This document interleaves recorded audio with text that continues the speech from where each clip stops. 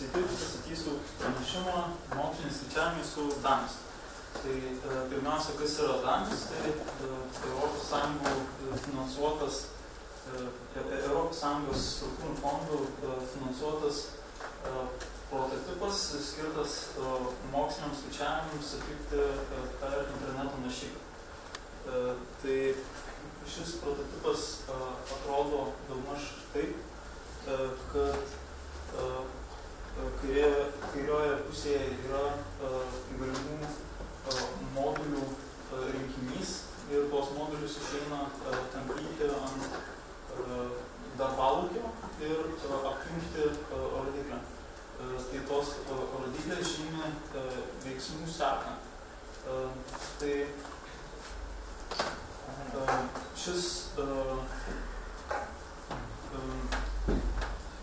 šis prototipas yra tinkamas pradiniam duomenų failui apdoroti ir tai yra apdoroti tam tikrais algoritmais ir gauti statistiką arba išvestinį failą. Geriausios praktikos yra tos šio prototipo, kad bet kurį sujungto workflow tašką galima peržiūrėti. Pavyzdžiui, prie pradinio failo išeina prijungti duomenų peržiūrėjimo komponentą, taip pat prie bet kurios jungties išeina prijungti statistikos arba vizualizavimo komponentas.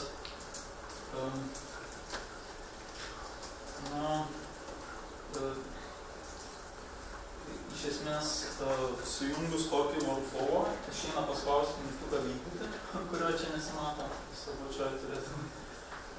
Ir tada su pradiniu duomenų failu yra atliekami eksperimentai, tai yra paeiliui įvykdomi algoritmai ir išgaunami rezultatai. Tai pradinis duomenų failas yra kol kas prototipe apibrėžtas kaip daugiamatis taškų rinkinys. Tai yra stulpeliai su skaitinėm reikšmėm. Tai čia yra atidaryta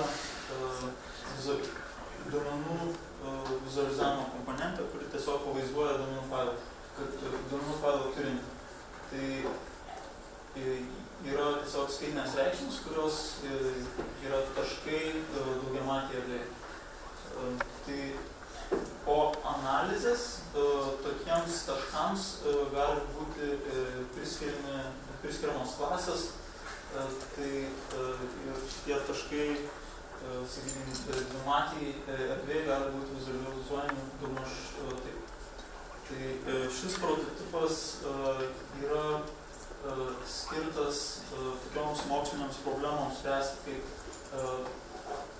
duomenų klasifikavimas, duomenų grupavimas ir daugiamačių duomenų vizualizavimas. Klasifikavimas pagal duomenų failą, kurio taškams yra priskirtos klasės, sugeba apsimokyti ir kitam failui, kurio klasės nėra žinomos, sugeba nustatyti tikėtinas klases. Grupavimas bando panašiausius taškus apjungti į vieną grupę ir panašiausiams taškams priskirti tą pačią klasę. Daugiamačių duomenų vizualizavimas paima daugiamatį tašką ir pagal daugiamačių taškų aibę ir pagal panašumus juos bando pavaizduoti dvimatėje ar trimatėje erdvėje. Tai yra, kaip jie yra arti daugiamatėje erdvėje, taip jie arti turi būti pavaizduoti ir dvimatėje erdvėje. Tai mokslinės problemos yra sprendžiamos tokios, o standartinis šito prototipo funkcionalumas yra toks, kad galima įkelti duomenis, tai tai galima iš lokalaus kompiuterio, iš pavyzdinio duomenų archyvo arba iš nuotolinių duomenų centrų. Taip pat galima vizualizuoti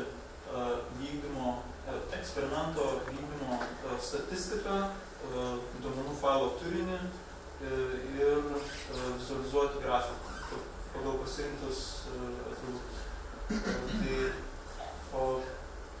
Taip pat yra pirminio apdorojimo komponentės, kurios atlieka paprastus veiksmus su pradinių duomenų failu. Pavyzdžiui, parenka tam tikrus požymius ar transformuoja failą, ar failą išskaido į kelias dalis, ar normalizuoja.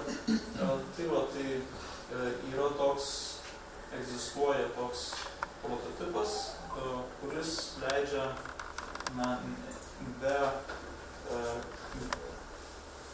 pirmiausia, neturint programavimo žinių, atlikti tokius mokslinės operacijas su duomenim ir taip pat yra galimybė integruoti savo pasirašytus algoritmus. Pavyzdžiui, kuriant naują algoritmą, kuris sprendžia vieną iš šitų 3 mokslinių problemų, galima pasinaudojant šitą grafinę sąsają, kur kas paprasčiau dirbti su duomenim ir tobulinti savo kūriamą mokslinį algoritmą ir nėra poreikio realizuoti pačiam pagalbinių algoritmų. Tai šis prototipas buvo realizuotas su Django, ir kaip jis toliau vystomas, aš neturiu žinių, bet tiesiog norėjau pasakyti, kad toks prototipas egzistuoja. Ačiū uždėmesį. Gal turit klausimą? Iš kur tokios ikonkės gražios? Kai kurias iš interneto nušvilpėm, kai kurias patys piešėm. O tai kas daro šitą visą? Europos Sąjunga skyrė pinigų mokslo institucijoms, kad jos realizuotų jų darbo veiklą efektyvinančius įrankius. Tai čia buvo vienas iš prototipų. Tai šį projektą vykdo Matematikos ir informatikos institutas, tam tikra sudaryti komisiją ir jos vadovų instituto direktorius. O šiaip ką naudoja, kokias bibliotekas naudoja kaip duomenų struktūros, kaip pagrindą visiems duomenims laikyti ir saugoti kažką? Duomenys saugomi failuose, kol kas paprastuose failuose. CSV? Vidinė struktūra yra RFF arba CSV. Tai galima failus sukelti įvairiais formatais, jie yra konvertuojami į vidinį formatą, iki šiol buvo konvertuojami į RFF, bet manau, kad bus pereinama prie CSV. Tai yra dabar prieinamas įrankis laisvai? Tai yra kol kas prototipas ir jis yra vis dar vystomas. Pirmiausia, jis yra vystomas, kad būtų galima atsiskaityti, užbaigti projektą, o po to jis bus taikomas ir prieinamas viešai. O kokius algoritmus naudoja klasifikavimui?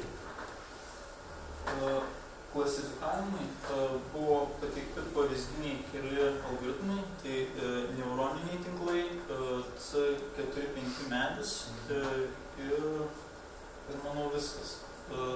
Kadangi Matematikos ir informatikos institute yra didesnis skyrius duomenų vizualizavimo, tai vizualizavimo algoritmų buvo kur kas daugiau. Kol kas pateikti tikrais pavyzdiniai klasifikavimo ir grupavimo algoritmai.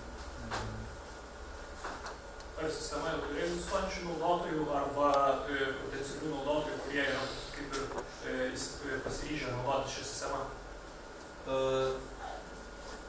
Kol kas tai yra prototipas ir yra prototipas tobulinimas, kad būtų galima atsiskaityti, bet grupė grupė atsakinga už šito prototipo priėmimą, dirba ir su tiksliniam naudotojų grupėm.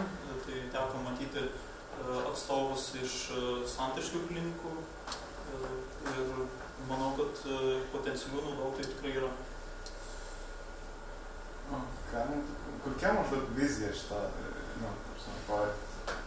Aš, pavyzdžiui, manau, kas daro mokslinius skaičiavimus, dabar daugiausiai naudojasi Python notebook, ir kuri ten turi vizualizavimo, inline plotų visokiausių, galimybių, galbūt neturi inline spreadsheet, kažkokių tai galimybių įvesti ir redaguoti duomenis tiesiogiai, bet, tai neturi galbūt jau paruoštų workflows, kaip čionais, įdėta, bet yra plačiai naudojamas iš. Visas privalumas šito prototipo yra, kad jo backend'e veikia superkompiuteris ir duomenų analizės algoritmus galima vykdyti superkompiuterį, naudojant didelius skaičiavimo resursus. Kuris tau koderis, čia esmė tokia yra, vis nuo su Python, turi visas rėmės, kažkokius lygus panašiai. Tai tų programinės įrangos pilna ir analizės, bet va šitų projektų, man atrodo, pointas yra tas, kad jeigu nemoki kodinti visiškai nei Erlį, Python galėtume daryti kažkokią analizę, aš tai supratau. Tai šiek tiek algoritmai, kas tam algoritmai, kaip sakant, patys jūs parašėt, jos kažkas tam? Pavyzdžiui, jisai, kad medis yra realizuotas ir prieinamas atvirų kodų, tai jį panaudojant tiesiog kaip pavyzdinį. O šiaip šitie algoritmų realizacijos tikėtina bus prieinamas atvirų kodų. Nes Europos Sąjunga turi tokią nuostatą, kad viskas, kas yra už Europos Sąjungos pinigus, turėtų būti atvirai prieinama. Bet neturint superkompiuterio nepasileis?